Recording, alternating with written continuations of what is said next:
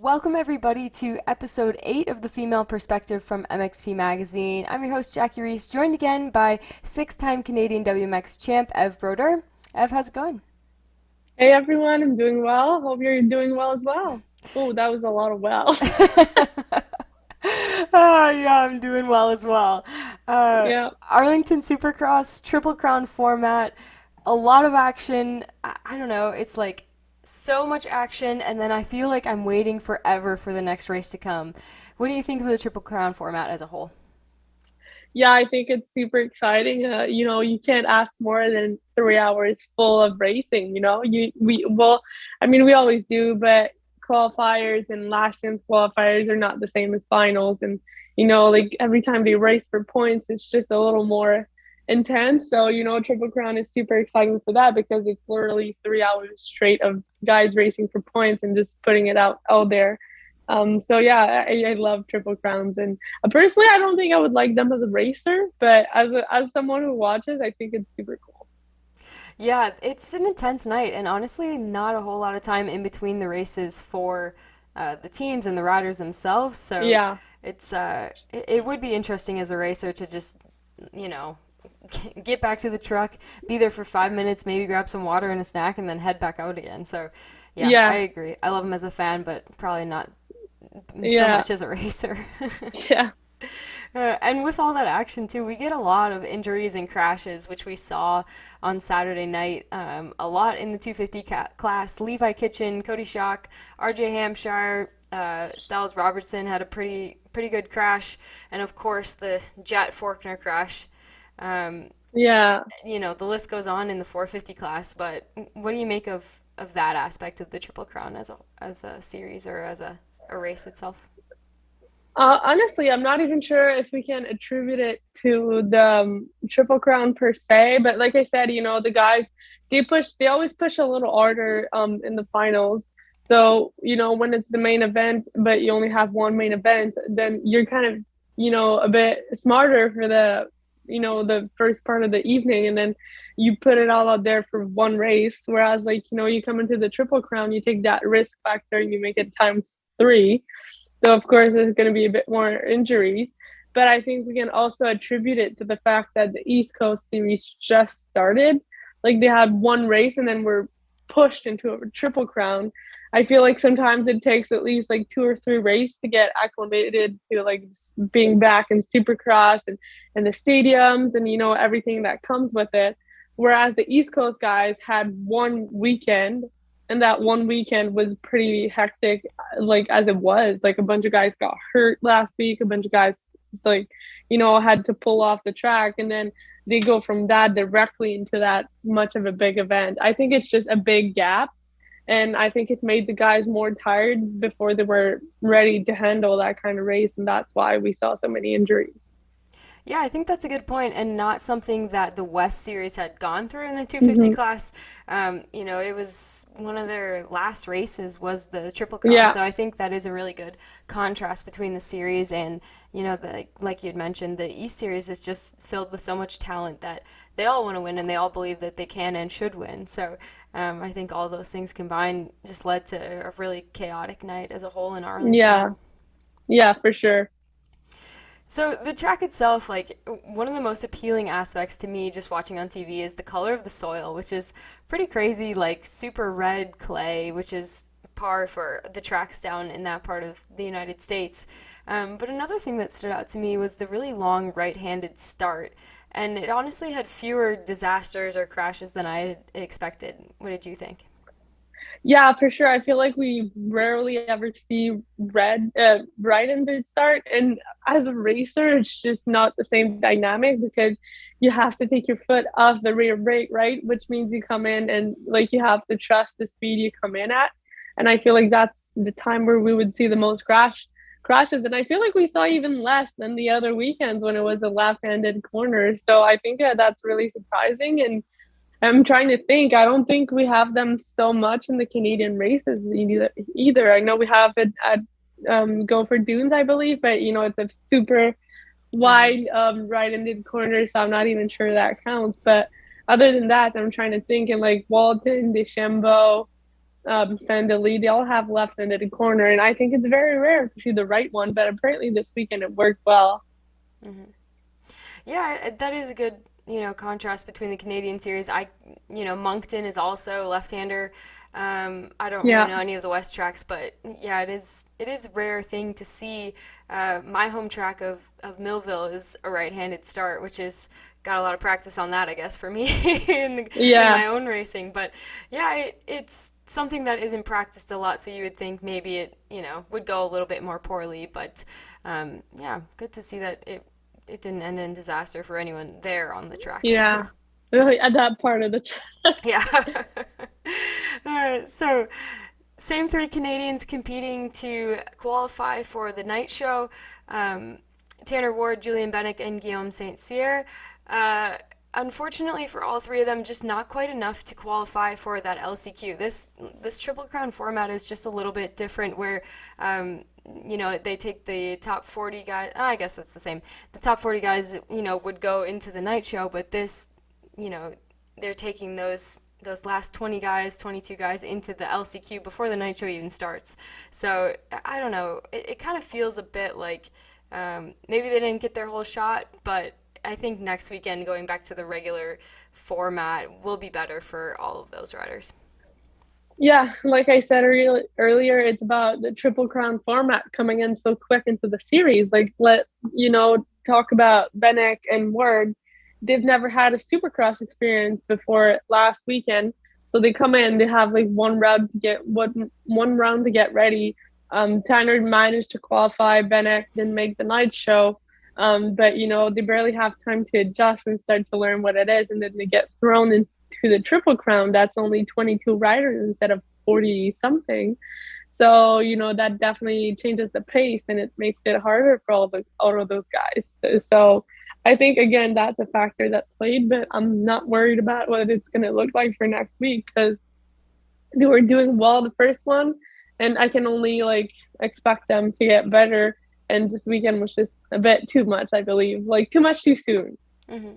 Yeah, it totally seems like it could be overwhelming, and hopefully Daytona too next weekend will be more beneficial for them, more Yeah. outdoor style track. Yeah. Yeah, and most of the guys they've never been to Supercross as a pro rider, but they've been to Daytona as a pro rider, but they've been to Daytona as amateur riders. Like I wouldn't like swear on it, but I believe like I am sure they've both been to Daytona as amateur riders before. I know I have, and it just gives you a bit of the you know of an idea of what it's going to look like. So I think they come in with a bit of an advantage, but again, so does all the guys on the Supercross track because I believe like to get to that point, I think Daytona is like a rite of passage. So they all have that kind of same experience, but hopefully they thrive a bit more next week. Hmm. Yeah, I hope so too. It's a bummer that your evening gets ended so quickly in that Triple Crown format. So I look to see a lot better weekend for them all next weekend. Yeah, for sure. 250 East. Where do we start? Jet, Austin Forkner, McAdoo, really solid top three for the evening. Um, and going into the final race of the night, they were all three tied in points. So, whoever was winning that final race of the night was winning the overall for the day. Where do you want to start with all those riders? Yeah, I don't even know. I think we can start with McAdoo and just give him kudos right away and move on. He did a really good race and he was the most level-headed of the three. Well, no, I don't want to say that because Forkner was again level-headed, and like I don't want to jump too quick into it, but he did make an announcement on Facebook, on Instagram earlier today, and it really, I don't know if you saw it, but it really like um I don't know how the expression goes, but it was really like heartfelt and it really sucked because he said he was like for the first time in his career, he was coming into this series like open minded and being okay with the fact that he might not win and he was going to be safe. And like that happened so quick. So I think Forkner was again very safe and he was just played a bad hand. And unfortunately his season is out, like it's done, it's over. But yeah, I don't know where to start, but yeah, I think McAdoo did really great, and I think it's a big confidence booster for him to be able to win. But I think, between the three, like you said, they came into the last moto and it was up for grabs. So I think it was more about like who was most level headed and who stayed the more calm and made the less mistakes, and that's who won. Hmm. Yeah, given Cameron's past, I didn't really expect him to just, be that solid guy that was Mhm. just going to get it done, going to play it safe. He looked fast, of course, but he just was able to stay out of trouble, and I think, that's part of the game. It's definitely Yeah, a yeah, skill and a necessary skill at that to succeed in racing. So I think well done for Cameron McAdoo to, not even just like Austin and Jet staying out of that trouble, like staying out of everyone behind him. Like there was a lot going on, there when you're lapping people, there can be so many other variables there with the other riders. So I think well done for Cameron McAdoo in Arlington. yeah. And I know we talked last weekend about it was more in the 450 class, but we talked about how Anderson kind of won because Sexton took himself out.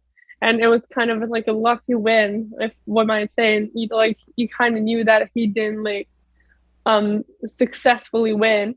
But this weekend it was kind of like the same thing in the 250 class, and I was listening to guys talking, and one of them mentioned, like you don't win by luck because you have to have the skill to be there in case someone makes a mistake. So yes, you get kind of lucky if someone makes a mistake, but you have to have the skill to be there and be able to take opportunity of that mistake, because if you were in fifth, that mistake wouldn't change anything for you most likely.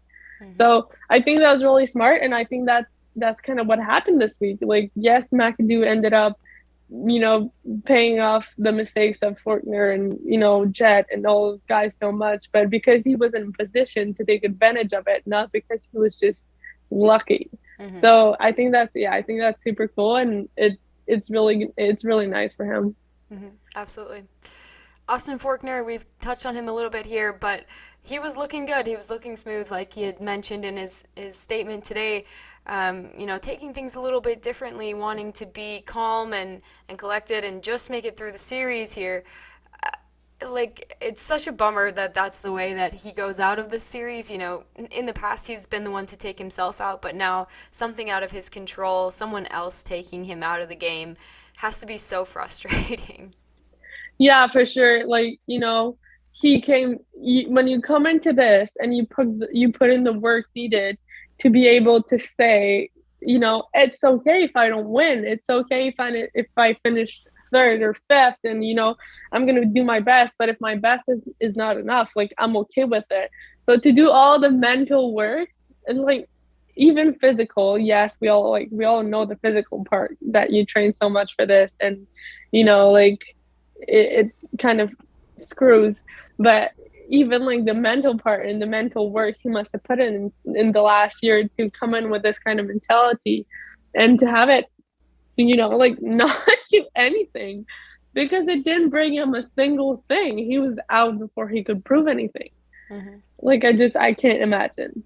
Yeah, yeah, so frustrating. And I would maybe argue that he didn't, that he did, prove some points. He was smoother. He Yeah, no, looked no, better yeah. this year for sure.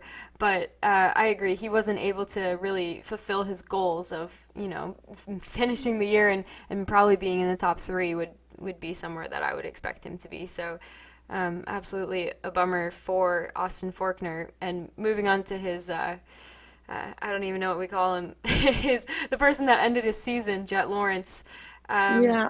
Last weekend we saw Jet just so cool, calm, and collected. He never really came out first. He never really came out, just guns blazing, like fast. He always looked smooth.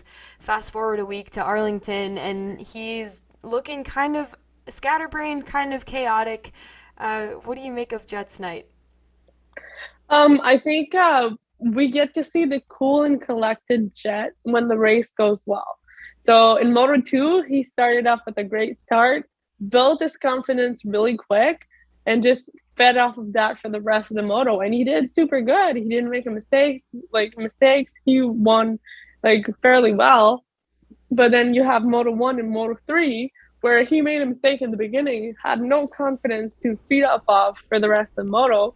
So he was just in catch up mode. And I think he resorted back to when he was a bit more sketchy last year instead of being cool and calm and collected like we saw last weekend in Moto 2. So he just, I feel like he made, and I want to say that those mistakes I think that he made falling on the start, I don't think we can attribute those to him being reckless. Like I feel like those just kind of happened, like the first one he slipped, and if you, because when you go around the track for the sight lap, you don't go around the track wide open. So sometimes you don't really get to know exactly like how the dirt reacts and stuff. So I don't think those mistakes can be attributed to like being sketchy, because it was like a first corner, kind of like it happened, and it happens to a bunch of guys. But this being sketchy in the whoops and that crash that happened with Forkner, that was definitely him being way outside of his comfort zone and just not having the skills to ride at the not having the experience to ride at the speed he was riding at. And like even his crash with Forkner, it was an accident. I think we can all agree it was an accident, but it was still his fault. He didn't purposely intended to cross and hit Forkner, like I believe that 120%, but he still took that line, and that in itself makes it his fault, because he took a line that was bad, and he took it in a way that was bad, and he made the crash happen. Hmm. Yeah, I agree. I don't think anyone thinks he did it with malicious intent or anything like No, that. Like, yeah, it just happened. And when you're trying to play catch up like that, you're more likely to make mistakes like that. You're more hmm, likely to lose that little bit of edge, that little bit of focus that you need to not make a mistake like that. So, yeah, I hope that he can turn it around because he has a whole lot of promise. And, if he doesn't, he's tied in points with Cameron McAdoo now. yeah, Cameron might just be able to be steady and be able to, yeah, endure this entire series. So I yeah, think going forward, it'll be very interesting to see how Jet does mentally more yeah. so. I remember some like once like a few years ago, someone told me that in some cases slow is fast. So Mm-hmm. taking it a bit more slow is the way to be the fastest, because when you try to go too fast, you make mistakes and it ends up being slow. So I think that's something that Jet will need to work on, realizing that slower can mean faster in some Mm-hmm. cases. Yeah, for sure. There's one guy that I race snow bikes with who just every time he's out there, he's trying so hard, and I'm like, you need to back it down just maybe 1% because he hits the ground every single race, but he's good, he's really fast, and so like you said, slower is faster sometimes if that means Yeah. that you're not spending time on the ground. Yeah, sometimes taking it down 5% will keep you on two wheels, and like that 5% will not make the difference between you winning or finishing second. Like sometimes that 5% will be enough to give you the win, which you don't realize because you try to go and do 120% and you just crash everywhere. Hmm. Yeah, for sure. Moving on to the 450 class, Webb, Anderson for the race wins this evening in Arlington. Um, Anderson gets collected, I guess, with Mookie. I don't know how we want to analyze that, but he could have had the win. He could have won all three and had a perfect night in Arlington.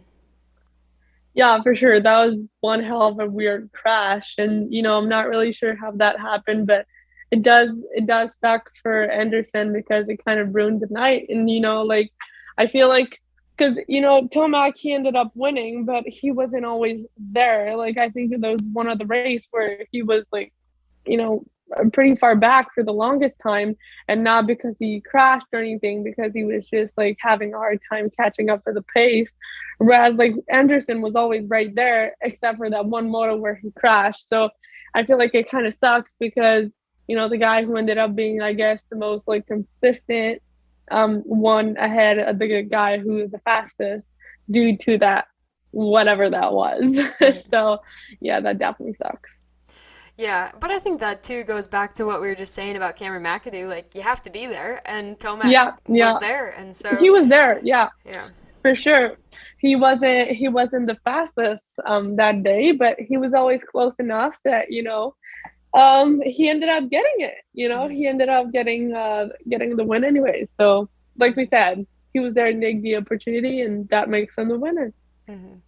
And in that whole ordeal in the first race between Anderson and Mookie, I think Mookie really is the one that was hurt the most by that. You know, Anderson has really good momentum going for him right now, but Mookie is like every weekend trying to chip away. Like, this is the fastest but most controlled he's ever been, Hmm. in my opinion. So really, it's just like I thought he really had a good night going for him. You know, he was winning. Even if he would have been second in that first race, like it would have been a great night for him. And I think once you get knocked down like that, it's hard to maybe gather yourself again or get the train back on the tracks and get going again towards the front. Yeah, and like I agree with you. He had way more to lose by in that crash than Anderson did, because I feel like Anderson, like, he's already proved himself. He's won a bunch of races. It's not his first time, and we know he's got it. Whereas like Malcolm, like you said, it's the first year we've seen him that fast and that controlled. So it's his chance to prove himself in a way that he's never done before. And by crashing like that, he's just enabled to do that, and he kind of even takes away at it a bit. So, yeah, he definitely lost way more in that crash than Anderson, and I can't remember whose fault it was. I think it was Anderson, right? Hmm. Yeah. Yeah. So it sucks, and I feel like sometimes at this point we knew it. Like, Anderson knows he's faster than Malcolm, right? Malcolm, he's faster than he's ever been before, but I feel like right now he's more of a top three fast than a win fast. So I feel like Anderson, like, he was faster, like, you know, regardless. And he could have taken a lap more and passed him in a safe way. Instead of passing him in that way that ruined his own race, like, along Hmm. with his. So it just doesn't really make sense to me, but, you know, it Yeah, is what it is. it even sounds like he felt like kind of an idiot, like, what am I doing, kind of a thing. Yeah. So I think, in hindsight, he feels the same way as we do about the situation. So Hmm. I don't know. Tough night for him. Tough night for Malcolm, but even tougher night for Ken Roxon. I Oh, don't man. for someone that we expect to be, at least in the top five.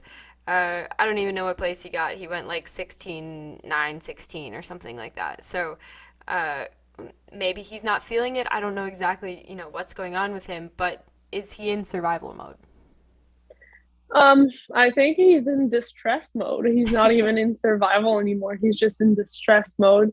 And like, I love like reading online about the opinions that people have regarding subjects like this, and I think they're super interesting. But my dad mentioned to me the other day that he was listening to podcasts from James Stewart, and James, like, all he had to say was that I think he's done. And like, is he done for the season? Is he done for his career? But I think mentally he's done, and possibly even physically. Like, what he put his body through, like with his arm and stuff, it had to catch back up to him at some point. And he's a father now and stuff, and maybe it kind of all plays into it.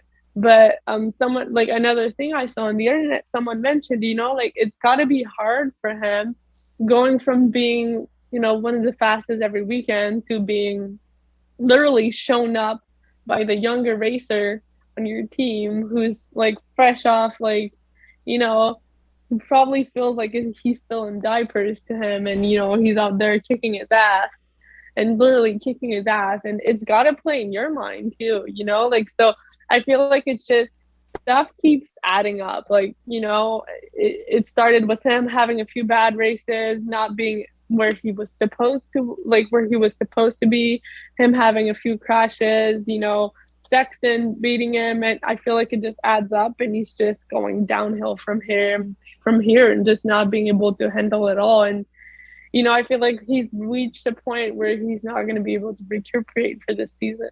Hmm. Yeah, and like we've kind of tried to talk about this before, like how do you turn that around, right? Like when everything seems to not be going your way, how do you change your mentality to, feel like you can go do these things again? But maybe you don't even want to, right? Like when things start going Yeah. so poorly, you're just kind of like, like that's okay, we can be done with that. And Yeah. so I don't know what the answer is for him. It's sad, right, to see someone who's so Yeah. talented and so good, and who isn't even really that old, fading away from the sport seemingly. It's tough to see as a fan. Yeah, for sure. And I put myself in his shoes and I'm like, for the first few rounds, you're like, okay, I'm going to regroup. I'm going to find a solution. Like, it's going Hmm. to get better. And then you reach a point where you're like, man, like, it's not going to get better. Like, at this point, his championship, it's absolutely gone. Like, any chance of championship or even like a top three, like, it's gone. So you start wondering, like, why am I doing this? And Hmm. like, your motivation goes down. And Yeah. as along with it, the results go down as well. And hopefully for him, it's not the end of his career because for someone who was so successful as him, you don't want to end your career on a note like this. Like it's just heartbreaking. So hopefully it's not the end and it's just a bad season in general. I know he was, fighting off some illnesses at the beginning of the season. So hopefully it's just that sort of stuff and he'll regroup and he'll come back swinging for the motocross season. But right now it's hard to see. He's gone. Like it's just he's gone right now. Hmm. Yeah, and I think looking forward for him, he can do whatever he wants, right? Like he's a rider who's in a position that if he wants to go race GPs, he can do that. He can literally do whatever he wants. So, Yeah. it must be frustrating for him to, Hmm. not enjoy, probably not enjoying what he's doing right now. It's not like he Yeah. likes to go out there and get, 15th place battling Kevin Moran's. Like that's probably not Yeah. his favorite thing, but I think hopefully things turn around for him, and I hope it doesn't discourage him so much that he quits. So, yeah, Yeah. Hopefully. yeah. Which it's easy to, feel like that, to have everything weighing Yeah. on you and just be done with it, hang it up. It is difficult. And maybe like you said, he just needs to switch it up and maybe go do some GPs or something. You don't know, but yeah, right now, whatever he's doing, it's not working. Yeah, That's all we can say. yeah. Wow. Well, after that depressing note, Eli Tomac, is starting to pull a bit of a gap here on Jason Anderson in the points. Do you think this continues? Do you think he's going to be able to be consistent enough to hold the points lead for maybe the rest of the year? I think this weekend kind of answers your question, like we talked about it. He's not always the fastest, but when he's not the fastest, he's there to take advantage of the people who are making mistakes. He's super consistent. And from the first few races I've been saying that I think the championship is his to lose because he just seems so much more collected, so much more calm, and so much more comfortable on the bike. And I think, yeah, I think he's got it, you know, because Anderson, he's going fast, but he seems like he almost has a bit less experiences winning or something. But because he makes a bunch of mistakes, and that move with Malcolm, like he looks back on it, he thinks he was stupid, but he still did it. Like he was out there and he thought it was a good idea. And like if that happened in the moment, what else would happen in the moment? And we've seen him take out Rogzen before, and in the past few races, and it could have just easily ended like it did with Malcolm. So I feel like Tomac he might not be the fastest and win the championship because he was the fastest, but I feel like Anderson might cost himself the championship with the mistakes he's been having. Hmm.